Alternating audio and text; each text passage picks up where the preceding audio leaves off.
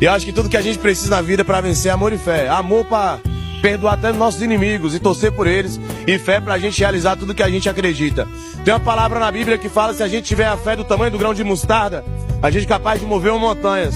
Entendeu? A fé, ela é algo mais incrível que eu acho que Deus criou, se chama fé. Entende? Não inventaram carro de 2 milhões, casa de 20 milhões pra gente olhar pra ela, pra gente morar lá dentro, é pra gente andar nesses carros. Entende? A graça e honra de Deus, outro processo aqui embaixo é nosso, é trabalhar e vamos embora. Se você trabalhar com a sua verdade, se você trabalhar com o seu objetivo, eu acho que não tem margem de erro. Eu acho que existe um prazo para acontecer. O meu tempo não é o seu tempo, o seu tempo não vai ser. Para alguns é bem demorado, né? Exatamente. É bem demorado. E às vezes eu também acho que existe vou falar um dedo de Deus ali, existe uma mão de Deus completa.